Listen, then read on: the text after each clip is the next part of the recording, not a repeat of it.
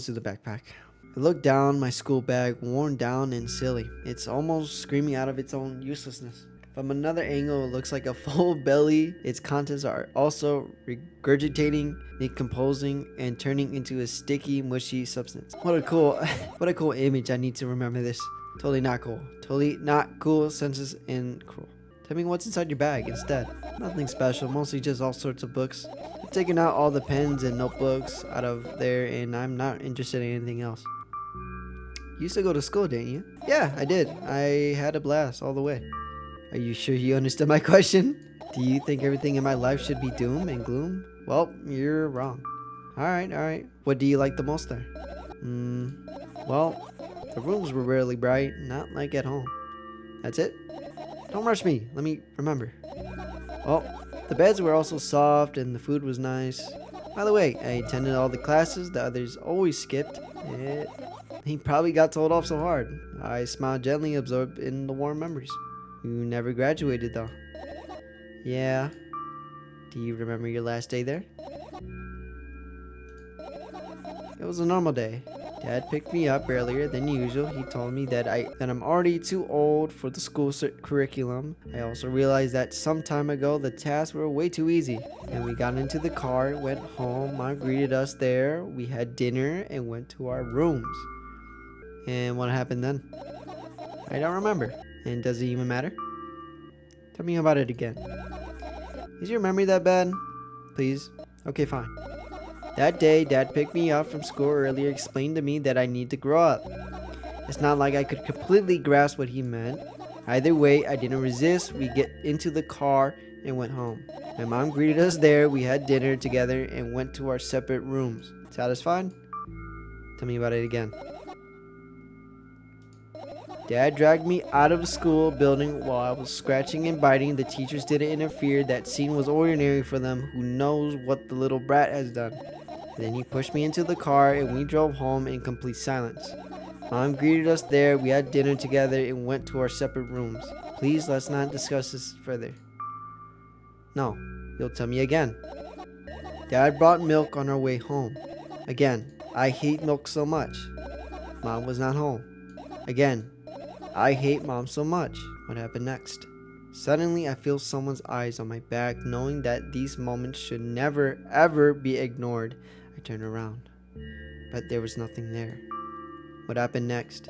Everything that happened next happened after something that led to everything that happened after had happened. I looked at my bag again, light pouring into the room through the window glint on the metal parts, and there's also a shadow underneath it, which means it's real, sadly. Whatever, I don't care anyways. I almost end up kicking the bag in a fit of sudden anger, but I managed to stop myself in the nick of time. If I move it even the inch, the whole picture will collapse and I will go blind. It has already happened countless times. What do you mean you'll go blind? I spent months memorizing the location of every item in my room. That's why I can see them so clearly and vividly. You won't get it. Look at your feet. I look down and see that the small insect is crawling towards me from my bag. Barely glowing and it can't even fly. I guess this firefly is really tired. I bend down to pick it up. The firefly starts glowing bright as soon as I touched it, and it flies up. There you go, boy. Good job. After doing a victory lap around the room, it flies towards me with a high speed. I shut my eyes, anticipating the firefly to enter my ear. That's exactly what happened. After it gets inside, it buzzes for a little while and then goes silent. This one is kind of sad. I wonder why. Doesn't matter. What matters is that no longer alone. Sure, let's continue searching. Damn, bro, this is fucking getting sad. Shit, bro. She didn't graduate school. Something bad happened with the computer. Fuck, dude. She also liked drawing, which I'm going to click on this notebook in a sec here. Damn, dude. What's this one do, though?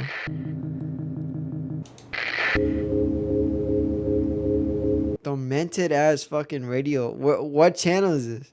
What the fuck?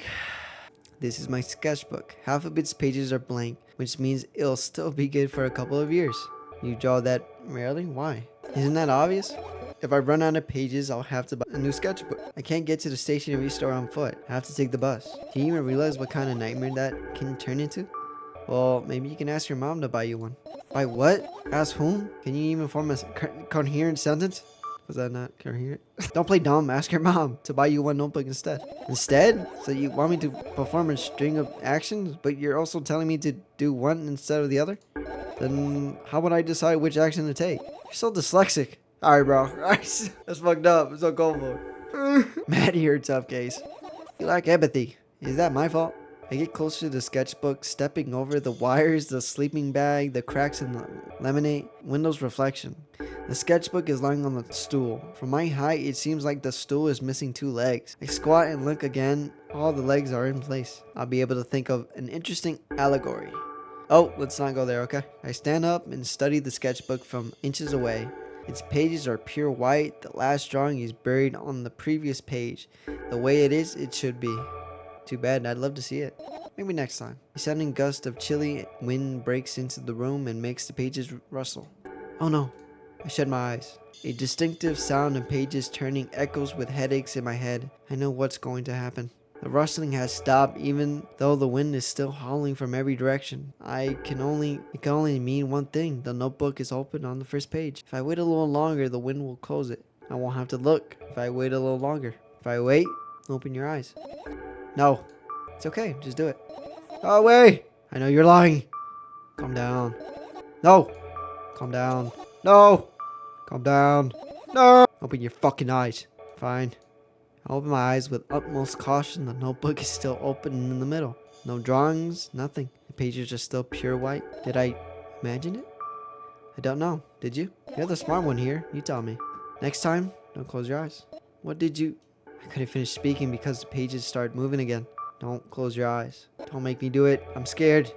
Trust. The rustling grows louder. The pages lift up. I can almost see the outline of the drawing on the previous page. No way. Everything that's in the past should stay in the past. You couldn't convince me. That's it. I'm closing my eyes. Look. Look there. A barely visible light seeping through the pages. With every new gust, it becomes brighter and brighter. A firefly! The wind immediately stops. For a moment, the world sinks into perfect silence. Only for a moment. The buzz that's always hunting me fills the surroundings, but it doesn't matter now. Goodness gracious, little boy. You made me so scared. The firefly blinks, flies up, and enters my ear, buzzing loudly all the way. I spent some time looking for the perfect spot in my head, but its buzzing dies down. Phew. Are you okay? We're running short on time, so let's continue searching. Alright, finish searching. Looked around all we could. They found all the fireflies. Amazing. I guess I've managed to gather my thoughts, but something still worries me. On the other hand, I wasn't supposed to be happy anyway. Why not? If I lose something and then find it, it's just going to back to the starting point. No changes at all. A zero sum. And happiness is always about being positive, right? You shouldn't think too much. It hurts you. I want to sleep. How about you get some fresh air before sleeping? What do you mean? Well, go to the balcony. Breathe in some air. Somehow those words trigger a panic attack in me. I subconsciously step away from the balcony. I don't think it's a good idea. Why? This may sound silly, but I feel like someone is watching me.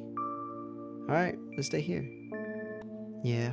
Legit checking me. I was like, do not go on that fucking balcony, bro. You're gonna fucking jump. I guarantee you. What are you gonna do? What's with these silly questions? I'm going to sleep, of course. Hoping that tomorrow will only come after a year or a decade.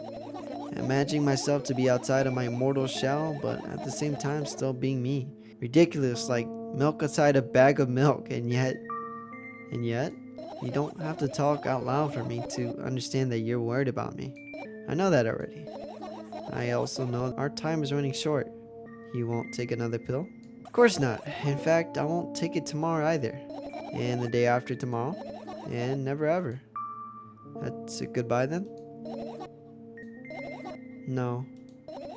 I have one more small favor to ask. A really, really small one. What is it? I blurted it out way too much today. A lot of stuff, and I want to forget forever. I don't blame you, but it was really necessary. You'll see tomorrow. No, I wouldn't be able to sleep like this. Fine. What's the favor? I, nervously scratch my wrist and bite on my lower lip. Wait a minute. You're afraid to tell me? Yes. I also scared that something bad might happen if I tell you. I'm also scared that when something bad happens, something way worse will happen. Stop. I get it already. Still, I won't leave you alone until you tell me. Bully. No, you!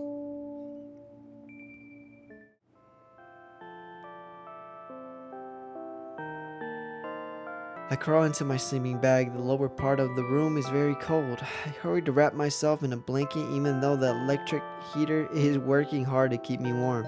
I'm sad because the dreams just won't come anymore. You won't believe me if I tell you how I dealt with it at first. Of course I believe you. I know. It was a joke.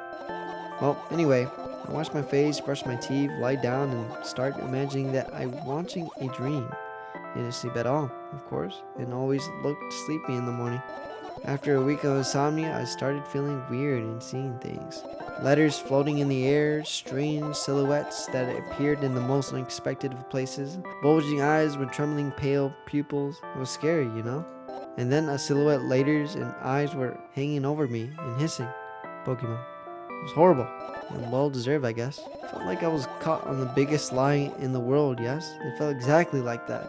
After that, I stopped. But the silhouette letters and eyes stayed here. I guess they like this place. They always following my way, peeping at me, and I'm kind of scared of them and can't even argue with them. But today, well, I still too scared to tell me. Of course, they're still listening, you know. Use your hands. He's like, just fucking fight them. Fucking beat your demons, bro. All right, I start chaotically twirling my fingers with enthusiasm, forming complex shapes. You want me to tell you a bedtime story? Shh. Alright, damn. Fuck. I was trying so hard here. When you get it, they'll hear you. Relax, nobody can hear you. So what do you say? I'd be happy to, but I have no idea how to tell them. How it's incredibly easy. Just talk about something without stopping. Sounds silly, but it's not. And meaningless. You don't know what you're talking about. You know enough to realize that we'll just end up wasting time. Let's focus on something actually important. Boring. Fine. Close your eyes. I wake up in the wooden bench. In front of me lies a narrow, dimly lit alley and an awfully familiar road. Where could I have seen it? Finally, I hear a voice coming from the side. I turn around and see a boy with a weird expression on his face. You're late! Who are you? The boy blinks in bewilderment. We're not going anywhere like this. Try again. Then he takes a very deep breath. You are late! I stared at him confused. He stares back, also confused. Sorry? The boy nods, satisfied. See? Much better! Do you have a name? My name is Tressica! I give the brat an evaluating look. He's so young, yet already coming at me with questions like that? None of your business? And besides, will anyone tell me what I'm doing here? Hey, that's rude. It's not like there's somebody else here besides me. Haven't they told you anything? I know all there is to know for one. About what? You're obligated to escort me to the store. Tressica says that and strikes a victory pose. Damn, bro, emoted. I realized I just said that in his voice, Lamar. No way I'm doing that. You do understand that refusal is futile. Well, aren't you full of yourself? I'm serious. I'm not the one who decides that. Do you think I'm delighted with your company? He's weird. Constantly shifting between happiness, sadness, loudness, silence. He's a wacko, and his name is stupid. Are you going or what? You can go. I need to think. I'd be happy to, but I don't know the way. Tressica puts on a cunning smile. I bite my lower lip in frustration. I'll be honest with you, I don't like you. He simply burst out laughing in reply. I do like you, though. Then he grips my hand without hesitation. I don't even have time to resort. Lead the way! I don't know why the fuck I gave him that voice. Our trip to the store went fine. It's not for the fact that Tressica was always walking faster than me. Tressica? Is that how you say it, Tressica? And on the other hand, at times he stopped abruptly and went backwards, setting the ground underneath his feet. In the end, the trip took a lot longer than it should. After reaching the store's door, we were greeted by a sign. We're closing in 20 minutes. Who had the bright idea to indicate the work hours in this way? Oh fuck, I think I read that wrong. They probably have special staff for this. Someone who runs to change the signs every 5 minutes. It's convenient. Are you joking? Yeah. You're so annoying. It's much better than being boring. How old are you, by the way? None of your business. Ha! What's your name? None of your business. I was ready to slap the living hell out of that brat, but his scary looking man suddenly appeared behind the glass. He's holding a cardboard sign that says we're closing in 15 minutes. Let's go. What are you waiting for? Huh? Oh, yeah. After another round of going across a long row of canned products, we realize that we're lost. I can't believe you don't know where they sell milk. Maybe we should ask somebody for directions. Sure. Hey, wait up. Triska lets go of my hand and walks confidently towards one of the few store customers. That person is standing with their back to us, studying something on the shelf. Hello, can I? Can't hear neither the second part of his question nor the reply he gets. But my good-for-nothing friend freezes in place, looking at the customer straight in the eyes. I hurry towards them. Is he yours? The customer talks to me. He speaks with disgust while wearing a scornful expression. Is he yours? Please get him away from me. Yes, I'm sorry. I grab Jessica's hand and lead him away. He's still looking at the customer, his mouth ajar, and his eyes popped. He's also shaking. The fuck? Only when he turned around the corner, Jessica calms down. What was that? I got so scared, he said. What? No, not again! Suddenly, Jessica starts screaming like crazy. I covered his mouth with my hand. His face is burning. He's crying. Can you act normal? You don't understand. Of course I don't. I don't understand anything. Knowing other people is still wrong, though. This is something you don't understand, it seems. You're mean. Who, me? Jessica pushes me away and runs off. Why is he running like that, bro? Drat! At the edge of my vision, I see the store staff hang a new sign on the door. There you are. I meet Jessica at the cash register. Before that, I managed to visit the milk department after finding out where it was. Hey, you move! I hear an angry voice coming from the other side of the long queue that has formed after Jessica. I squeeze through towards them. What happened? The boy doesn't respond. He just looks at his feet and sniffs. The cashier towers over him. There was a bag of milk lying between them. Is he yours? Yes. Just leave him home next time. People in the queue nod in agreement. Pay for the goods, please. Yes, of course. And the waiting fee. What? The fuck? No. What the fuck? A waiting fee? Get your stupid ass. You heard me? I did, but that's unheard of. Jessica starts giggling all of a sudden. And for that fact, your son is... What the fuck? Yo, what the fuck? He do be doing that, though. He is that. But... You heard me? He really said that, bro. You know what? In a fit of rage, I throw a banknote to the cashier of much higher value than needed, even counting in all the stupid fees, then grab a bag of milk and turn around on my heels. We're leaving, Jessica. We spent the whole trip back in silence. At some point, we end up turning right towards a gas station. There, Jessica finally breaks his silence. Do you like ice cream? No. Okay. I'm allergic to fucking milk. I looked at the boy's face. A light flickers in his eyes for a brief moment, then he goes out. You know. He turns away from the path and walks straight towards the highway. With determination, I stare at his back and confused. It seems like you're not helping me at all. A new playful light flickers in Jessica's eyes.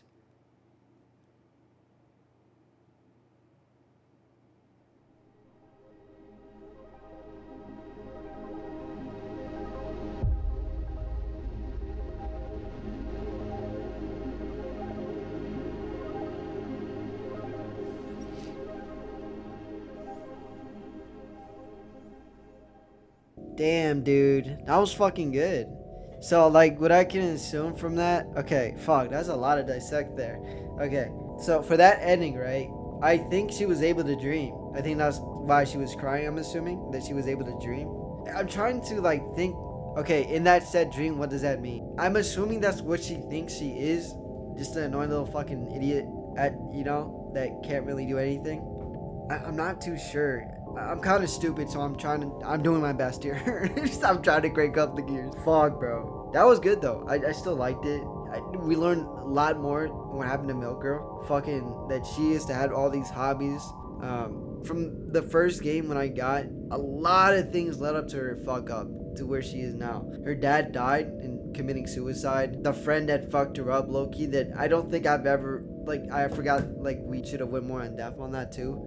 But that terribly messed her up, I believe, that got her off the internet. Shit, dude. It could just be a lot of things that ended up just fucking her up. Like, to the point where she's struggling to even try to buy fucking milk. Even with that other thing, I think she's allergic to milk, if I'm not mistaken.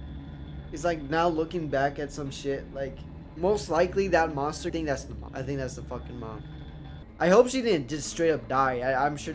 I hope that's not what that means for like the end there. Like, she legit, bro. Give Milk Girl justice, bro. She deserves a happy ending, I think. I don't know if I even got the happy ending. Does milk outside a bag of milk have a good ending? I don't know. Make Milk Girl not suffer.